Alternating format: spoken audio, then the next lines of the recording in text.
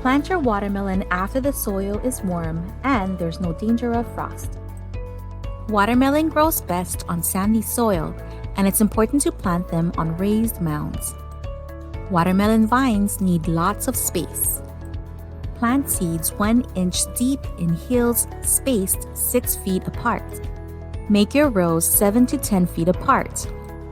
After the seedlings start sprouting, it's a good idea to thin them out about 3 plants per hill.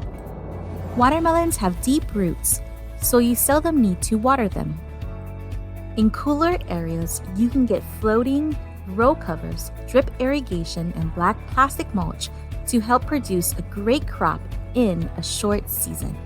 Watermelons can be hard to tell when they're ripe. Here's a list of things to look for. Light green curly tendrils on the stem. Surface color of the fruit turns dull. The skin is tough and resists the thumbnail. The bottom turns a yellowish color.